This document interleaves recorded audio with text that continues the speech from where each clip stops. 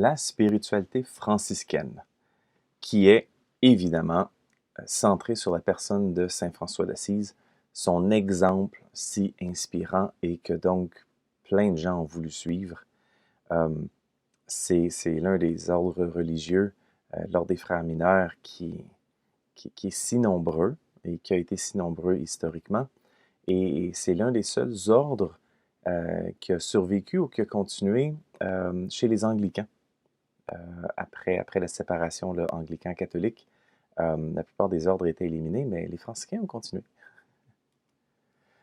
Donc c'est centré sur Saint François d'Assise, un homme qui est inspirant pour plein de raisons et qui va nous inspirer une spiritualité de la création. Son histoire commence en 1180, c'est l'année qu'il est né à Assise, Saint François d'Assise, comme vous le voyez, qui est là en Italie, qui est au nord de Rome, et qui est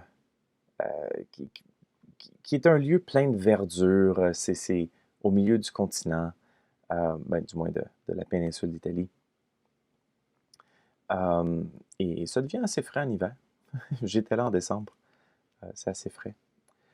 Et puis, je peux vous parler de Saint François d'Assise, mais évidemment, il y a l'histoire de Sainte-Claire, où les deux vont main dans la main. On a donc Saint François d'Assise qui a fondé l'ordre des frères mineurs, et son amie Claire, elle, a fondé l'ordre des pauvres dames.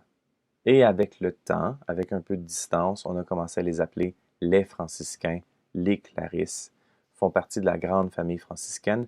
Il y a même un troisième ordre qui s'ajoute, on l'appelle tout simplement le tiers-ordre, et ça c'est pour des laïcs, des gens qui ne seront pas célibataires, mais qui veulent vivre les valeurs franciscaines. On a ici Sainte-Claire qui, comme tous les ordres religieux féminins de l'époque, devait être cloîtrée. C'est un peu dommage. Ça aurait été intéressant de voir qu'est-ce que Claire aurait pu faire si elle avait une communauté apostolique. Mais non, c'était cloîtré. Mais elle organisait sur son terrain un grand jardin pour attirer les papillons, les oiseaux. Donc, elle faisait venir la nature vers elle, contrairement à François d'Assise qui, lui, pouvait chanter les louanges de Dieu dans la nature elle-même. Je me fie beaucoup sur des lectures que j'ai faites directement sur la vie de Saint François d'Assise. D'abord, il y a Celano qui a écrit une premier livre qui s'appelle Vie de Saint François d'Assise. Et ça avait été écrit très rapidement après la mort de François, tout juste à temps pour son procès de canonisation. Et après ça, il a été demandé d'en écrire une deuxième, de compléter, de continuer. C'est pour ça qu'on écrit les vies de Saint François d'Assise, parce que l'auteur, Celano, a écrit deux versions qui se complétaient. Celano était un frère franciscain qui a connu François. Et ensuite de ça, il y a les Fioretti. C'est un mot italien pour dire les petites fleurs. Et puis ça date de plus loin. C'est à la fin du 14e siècle. On attribue donc peut-être des légendes, des choses qu'on raconte de François qui ne faisaient pas partie des biographies officielles au départ, parce que Celano et Bonaventure qui ont écrit des biographies. Là, les Fioretti, c'est des petits récits qui mettent François d'Assise en scène. Elles peuvent être considérées comme étant plausibles. Il y a des choses qui sont racontées là qui pourraient bien cadrer dans la biographie, d'autres qui surprennent un peu plus. Mais un peu comme l'histoire de Jésus, il y a des choses qui sont racontées peut-être d'une manière en hyperbole, des choses plus grosses, mais qui disent quelque chose sur Jésus dans les évangiles, qui disent des choses à propos de François d'Assise. Puis surtout qui nous enseigne un exemple chrétien à suivre. Donc, je me fie là-dessus pour ce que je vais vous dire. Aussi, j'ai eu une belle conversation avec mon ami frère Guylain Prince, qui est, vous voyez la liste ici, bibliste, conférencier, prédicateur, il est prêtre et Actuellement, il est doctorant en théologie à l'Université Laval. Donc, je lui ai demandé, hey, je suis en train d'écrire, je suis en train de rédiger, préparer une section de spiritualité sur la création et spécifiquement les franciscains. Qu'est-ce que tu penses qui sont les traits les plus importants? Donc, les points que je vous montre viennent de ma discussion avec lui. Donc, qu'est-ce qui fait que la spiritualité franciscaine a tellement à offrir à une spiritualité de la création? Eh bien, les voici les points. La fraternité universelle, d'appeler les frères et sœurs, d'appeler les créatures autour des frères et sœurs. Vraiment cette insistance que la nature, elle est création de Dieu. Ça a des implications dans notre manière d'agir lorsqu'on affirme haut et fort qu'elle est création. Le principe de l'incarnation, donc Dieu qui est parmi nous. La pauvreté, évidemment, qui est l'un des traits les plus caractéristiques des franciscains. Le sens de service et de présence et le nomadisme. Donc, explorons en détail chacun de ces points. Le premier, la fraternité universelle. Eh bien, vous avez entendu les récits. François d'Assise qui parle aux frères les oiseaux, qui parle aux frères loups pour pouvoir régler ça. Et par mon expérience dans la nature, je peux vous dire que le loup ne comprenait pas très bien l'italien parlé par François d'Assise, ni les oiseaux. C'est pas tellement une question de langue, c'est une question de langage corporel.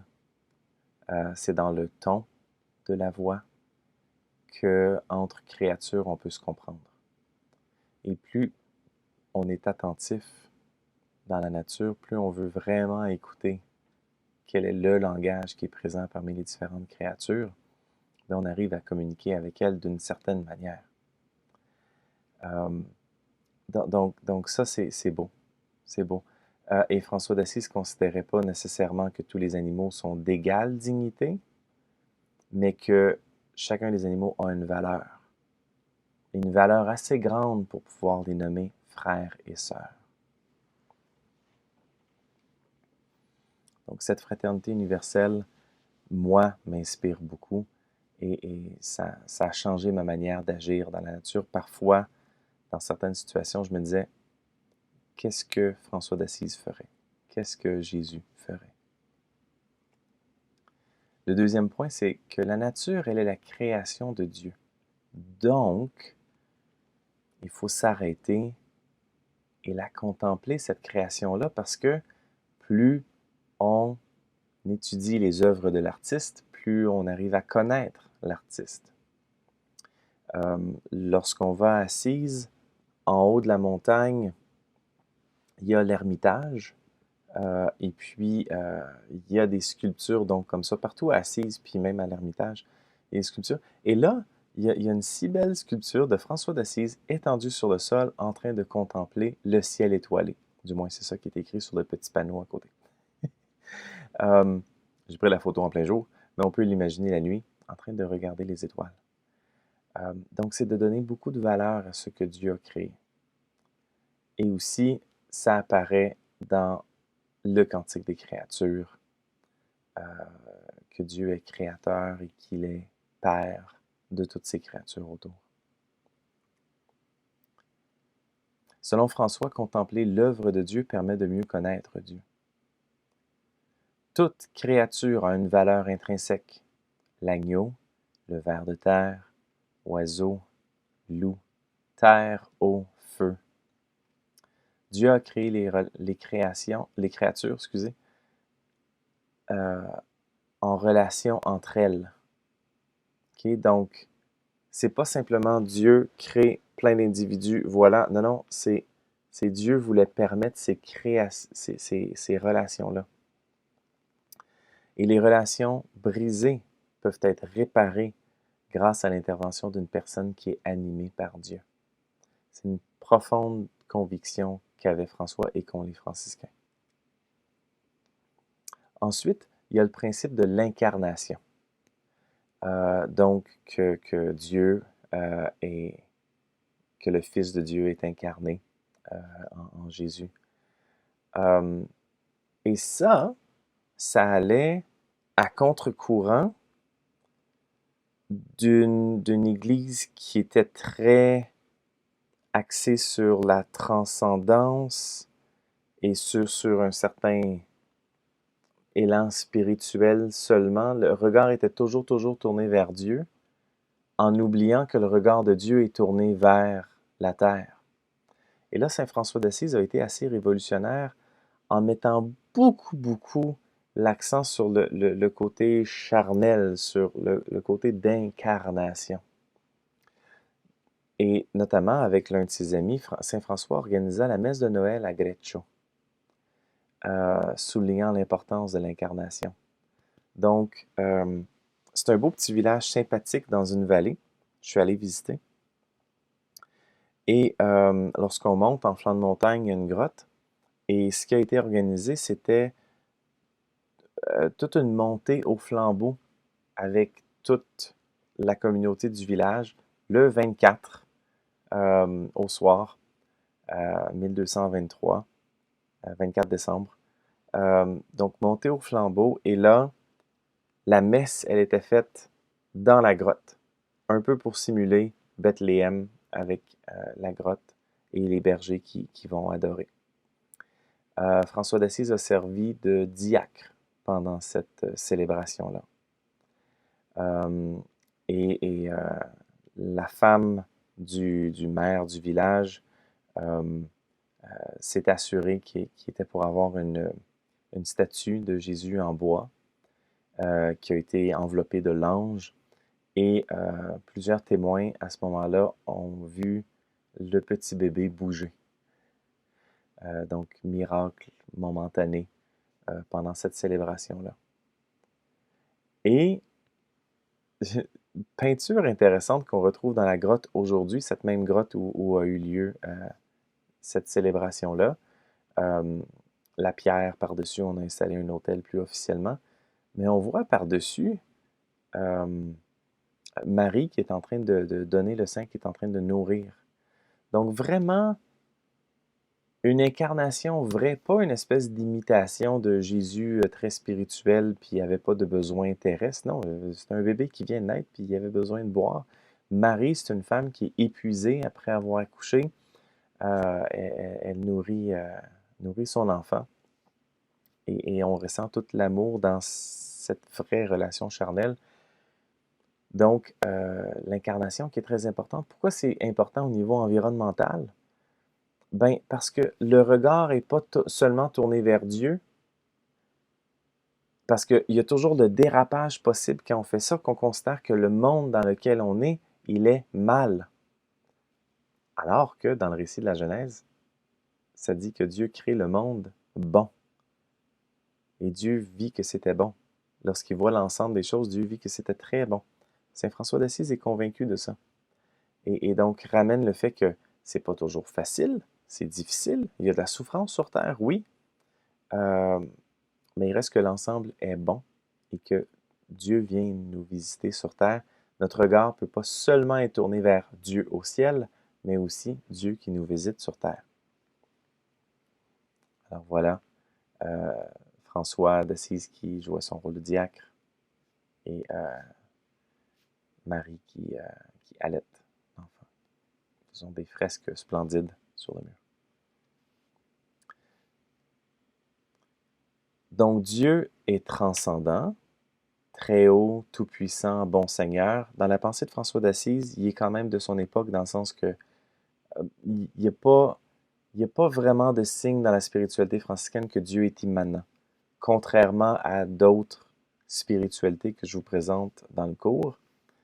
On est encore dans un Dieu transcendant, mais par contre, malgré sa transcendance, il se fait proche par l'incarnation. Dieu parmi nous.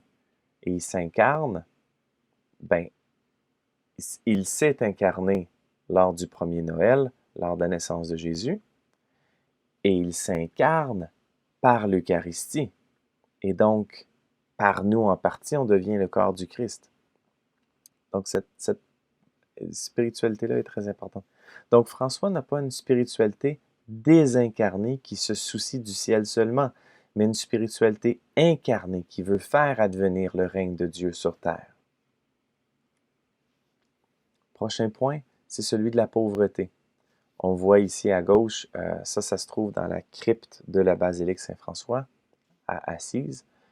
Saint François épouse Dame Pauvreté. Ils font donc l'ordre des frères mineurs. Et ça, c'est une parabole, une manière de parler de ça. Et pourquoi la pauvreté? Bon, vous voyez qu'elle est vêtue d'une manière un peu étrange, avec des guenilles. Et puis, son auréole a comme 6 côtés. C'était une manière de représenter les vertus. Parfois, on pouvait faire ça comme ça. Et Sainte-Claire qui fonde l'Ordre des pauvres dames. Donc, on est vraiment axé sur la pauvreté. Ben, dans ce cas-là, on est axé sur le dépouillement. Et au niveau écologique, ben, je veux dire, c'est évident. Si on veut un mode de vie au plus simple possible, on réduit notre empreinte sur l'environnement. Ça, évidemment, c'est inspiré de certains passages où Jésus invite à la pauvreté, justement. Jésus dit au jeune homme riche, « Si tu veux être parfait, va, vends tout ce que tu possèdes, donne-le aux pauvres, et tu auras un trésor dans les cieux, puis viens, suis-moi. » Lorsqu'on regarde le film de Zeffirelli, on voit un François d'Assise, fils d'un riche noble, et tout à coup commence à porter des vêtements d'une grande simplicité. Sachez que au cours de la vingtaine d'années où il a fait son ministère jusqu'à sa mort, il a porté 4 vêtements en à peu près 20 ans. Lorsqu'il y avait des trous, il raccommodait. Puis souvent, il ne gardait pas ses manteaux longtemps parce que lorsqu'il voyait des pauvres, il donnait son manteau. Fait que là, c'était un casse-tête pour les autres frères qui ne voulaient pas qu'il gèle l'hiver. Selon François, la pauvreté est la reine des vertus. En se dépouillant de toute possession, il est dépendant de l'amour filial du Père. Par amour du Christ pauvre. Cette humilité contribue à ses relations avec les pauvres, avec les malades, avec les créatures. En vivant pauvrement, il ne pouvait pas se gonfler d'orgueil comme font les personnes riches, comme faisait son père notamment, puis son cercle d'amis. Donc en vivant cette pauvreté-là, il pouvait facilement entrer en relation. J'ai écrit pauvres, malades, autres créatures. J'inclurais peut-être aussi dans la liste des gens de d'autres religions. Les franciscains ont été bien accueillis en Terre Sainte, une terre à présence musulmane. Puis ils ont été bien accueillis notamment parce que on ne pouvait pas sentir cette arrogance-là de la part des franciscains. Ils arrivent si humblement, si pauvres. Prochain point, c'est celui de service et présence. J'aurais pu en faire 2 points distincts, mais puisqu'on veut axer sur l'écologie, je les ai mis ensemble, puis ils vont un peu ensemble dans le fond. D'abord, ce sens de service, de voir qu'il y a peut-être souffrance en quelque part, donc je vais intervenir. C'est ce qu'on voit avec Saint François qui prend soin des lépreux pendant un temps au début de son ministère. Okay? Il va passer du temps avec les lépreux, il essaie de les aider, d'alléger leur souffrance. Et aussi, ça va jusqu'aux plus petites des créatures, jusqu'aux plus humbles. Lorsque François d'Assise marchait sur un sentier, il regardait pour s'assurer qu'il ne piétine pas un ver de terre et allait jusqu'à le ramasser et le mettre en dehors du chemin pour s'assurer qu'il ne se fasse pas piétiner. Donc, il y a là vraiment un sens de présence au monde et de rendre service, que sa vie soit service pour d'autres. Et ça, bien, c'est notamment inspiré par la fin de l'Évangile selon Marc. François d'Assise aurait lu la Vulgate, aurait lu la Bible en latin, mais aurait entendu proclamer la bonne nouvelle à toutes les créatures. Toutes les créatures, tous les humains de n'importe quel statut social, toutes les créatures ont besoin d'entendre cette bonne nouvelle. Et ça se fait par un sens de service, ça se fait par la présence. Et le dernier point chez les franciscains qui est très distinct parmi les différentes spiritualités chrétiennes, c'est celle du nomadisme.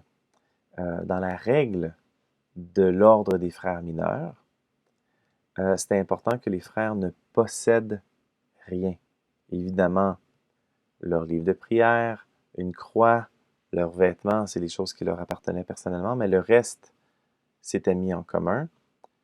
Et, dans la règle de Saint François, ils n'avaient pas le droit de posséder du terrain. Donc, ça les rendait, de facto, des nomades. Ils pouvaient se faire prêter un espace, louer un espace, mais ils ne pouvaient pas devenir propriétaires. Et donc, ça les met dans une position où il y a un besoin ici et maintenant, nous sommes là. Il y a un besoin là-bas, on va se déplacer et il y a des gens qui pourront nous offrir un espace à ce moment-là, puis on ira là. Ce nomadisme fait que premièrement, on ne peut pas se promener avec beaucoup de possessions. Et deuxièmement, on considère alors que toute la terre est notre maison, plutôt que d'être limité avec une petite propriété qui est la nôtre. Je vous dirais que ça, c'est encore présenté comme étant l'idéal chez les franciscains. Par contre, ça n'a pas pris de temps que les franciscains ont grandi très rapidement comme communauté religieuse et qu'ils ont aussi été demandés par le pape pour devenir des enseignants, d'intervenir ou de fonder des écoles. On leur a demandé de fonder des couvents. Donc, c'est comme ça qu'on a eu aussi une branche des franciscains qu'on appelle les conventuels. Donc, ils sont propriétaires de couvents, ils vivent dans un couvent. Et il y a d'autres branches franciscaines qui sont devenues plus radicales, simplement de retourner à la racine du franciscanisme et se font simplement louer un endroit ou se le font prêter pour leur mission. On voit aussi là, ici la peinture de Saint François qui est consolé par un ange, mais on voit son lit. Hein? François d'Assise dormait souvent sur le roc directement, en référence au fait que Jésus est le roc sur lequel il voulait s'appuyer. Ce nomadisme et cette pauvreté est à la suite de Jésus. Lorsqu'il dit « Les renards ont des terriers, les oiseaux du ciel ont des nids, mais le Fils de l'homme, lui, n'a pas opposé la tête. » Et on dit que Saint François d'Assise est celui, depuis Jésus, qui a marché si proche de Jésus qu'il a pratiquement rentré dans ses sandales. Donc, selon Saint François et les franciscains plus radicaux, ils ne peuvent pas être propriétaires, pas de couvent, donc c'est un grand élan missionnaire. Voilà les 6 points que j'ai trouvés dans la spiritualité franciscaine qui peuvent nous inspirer dans une spiritualité de la création. C'est donc, pour nous les rappeler, fraternité universelle, l'affirmation, la conviction que la nature, c'est la création de Dieu, l'incarnation qui est si importante, Dieu qui est parmi nous, la pauvreté, ce qui réduit notre empreinte sur l'environnement, service et présence auprès des humains, peu importe leur statut, auprès de la nature si elle a besoin également. Et le nomadisme qui fait qu'on est dépouillé pour pouvoir mieux se déplacer et que toute la terre devient notre maison. Alors, après avoir entendu tout ça, quels éléments de la spiritualité franciscaine peuvent faire grandir votre spiritualité?